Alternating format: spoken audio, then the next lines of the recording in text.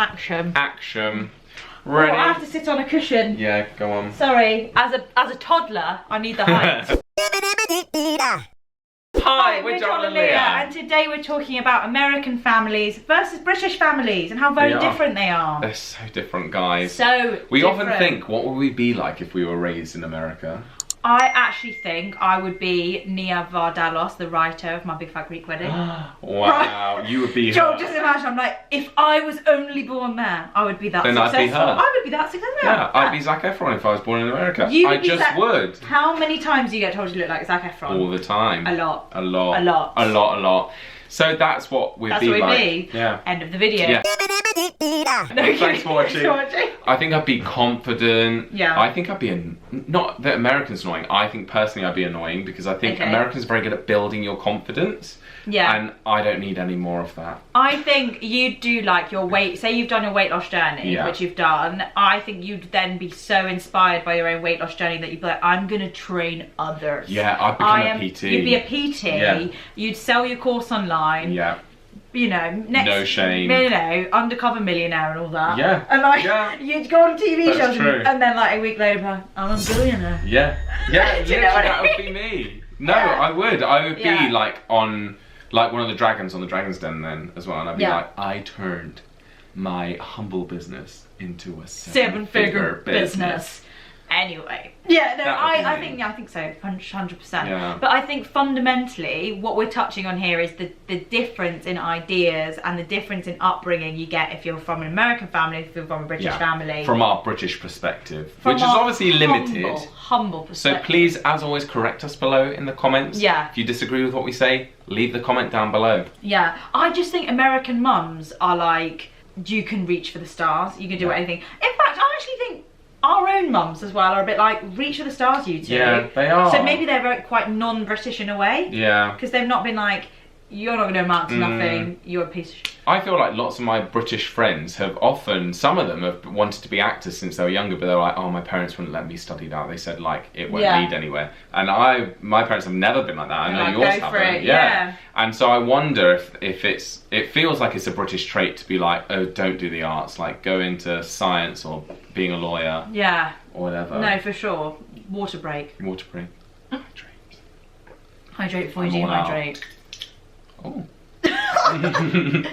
I think like family values in America, I don't know if this is just something I see in movies, but I feel like they all make time for each other, like family holidays. Like, is that still a thing in the UK? I mean, maybe it is if you've got a family that's all together, but I feel like there's an element of forced fun in America that they all make time for. They're like, but we must come together, we're a family. And not just for holidays, breakfast. American families all eat breakfast together. Unheard of. In the UK, you just like grab a piece of toast and run out the door. Yeah, just grab a banana and scoff it. Or have a bit of cereal, but you're stood up eating it, and you're like, it's not a family occasion. No, no. I'm blown away that someone I know, Kelly, has a dinner every Friday, and like the husband's always there, that everyone's always there. You know, even when one of them's got like a really high performing job, and like maybe there's a million other things that take their focus. Like Friday night, all of the kids are there, the parents are there, non-negotiables. Forever. Friday night is dinner night. Yeah. We're all together. And I think because it's rooted as well in like religion. Yeah. So like they're Jewish. Yeah. So they have to be there. Okay. And like no one's gonna not be there for that. It's a big deal not to be there. I think it's a big thing with religion, no matter what religion you are, that is very that vibe. Like for example, maybe that's why Americans like that, because they're deemed a lot more of a Christian nation than the UK is. So maybe, like, I was brought up with that, like, collective dinner times, saying grace before you eat and everything like that. But I feel like in America, more families probably do that because more families are Christian. Yeah, like, imagine, I know I always go to Thanksgiving, but just imagine how non-British it would be to go around and say something you're grateful for. No. It's grateful for, right? Yeah. You have to say what you're grateful for. Or thankful. Or thankful for Thanksgiving. Like, I just can't imagine a British family ever, like, if they were forced to do it, they'd do it for like, they'd say one short sentence. The thought of anyone babbling on for longer than like 30 seconds would be excruciatingly painful, in my opinion. It's because sincerity, I think, is a bit awkward for Brits. Yeah. They find if you're being sincere, obviously that's a really nice quality, but for some reason sincerity is a bit like exposing and you make yourself quite vulnerable. Yeah. So it's like, oh, I'd rather make just a dark joke or like deflect in some way than be sincere with someone for 1 second. Yeah. Sorry, for some reason my mind wandered to the Diana documentary and how her pathetic husband Charles never said I love you, and he was like, and they were like, are you in love? In that interview he's like, whatever love is. Whatever love is. And you know, you're what like, just show us some love, mate. Just say it. Just give the people what they want, and just be a loving husband. Just be a loving husband, because even though as Brits we can't cope with, you know, like sincerity and vulnerability, really that is truthfully what we all want. Yeah. Oh, we all want it deep down. We all want it. We all want it. Truth. And like online, I know this is another tangent, but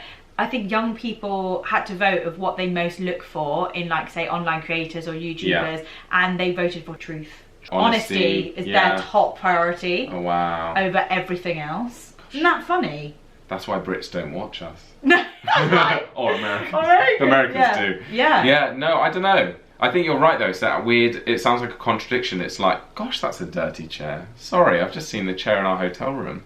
Do you see that? I do, actually. That is disgusting. Really disgusting, isn't it? Sorry, Leah says I have shiny penny syndrome and I've just proved the point all the time. Shiny penny. Even though that's a dirty penny. Yeah. Anyway. Shiny penny syndrome. Yeah, well, you all know what that is, guys, right? When you see a shiny penny and everything else drops, and you just look at that. Get distracted. I think we're both a bit like that. Yeah, actually. we are. That's why we've gone so many tangents. But Joel, let's bring it back to.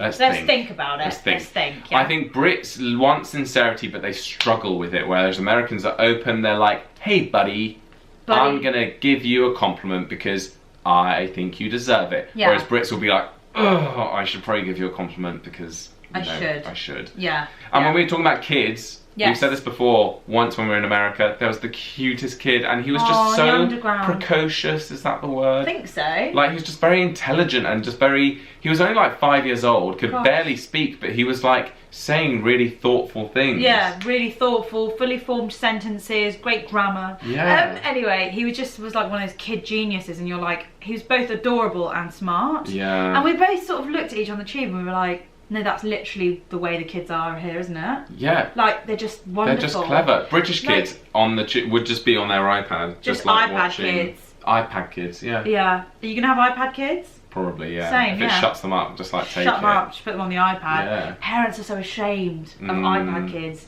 They just need their 5 minutes break. But what I was going to say on the Kid Genius thing was that there's no wonder, is it, that all of the world's biggest leaders, the biggest CEOs, this and that, the businessmen, and women are often American. Yeah. Isn't that funny? It's this sense of I believe I can and I will. Whereas Brits are like, she believed she could, so she didn't. I know, like, yeah. You know what I mean? Well, it's like what you said about me at the start, that I would probably go on and do that. Because I could see, I don't know if I would go on and sell a big course, but what stops me now from doing that is I'm like, well, I'm not qualified PT, and like, I'm not qualified. Like, why would anyone want to buy a course from me? Whereas if I was American, I'd be like, well, of course people want to buy a course from me.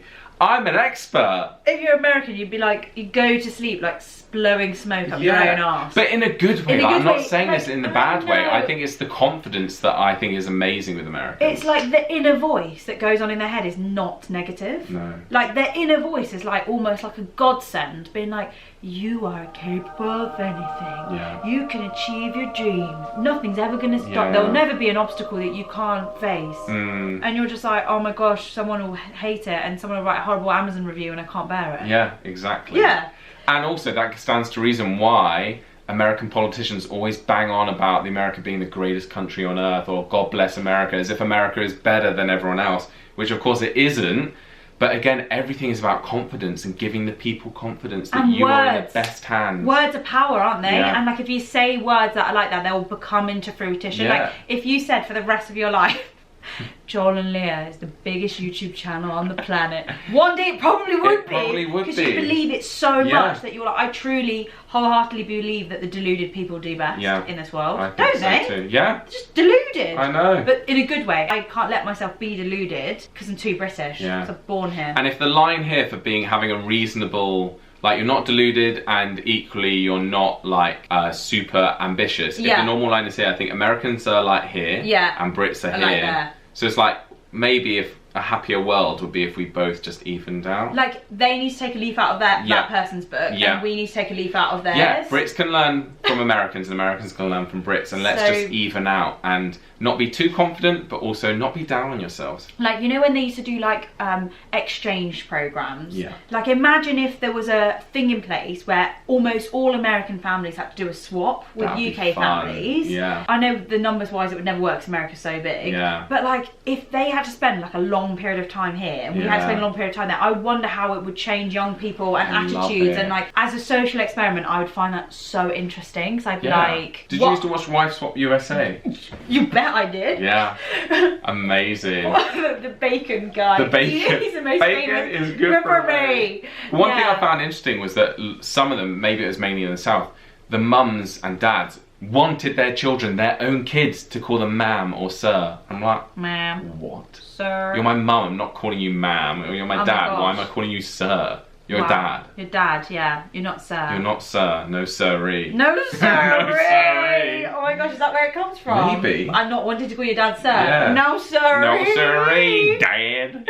Oh my gosh, I can't believe that. So it's like that element of respect. Yeah, but I'm like, that's too much respect. Do you think that American kids are more respectful of the elders than Brits? I would think they are. I think so. Yeah. I think hugely. Yeah. They just are like, ma'am, sir. Yeah. Oh, that person's older. Yeah. I think Brits don't give a flying. No.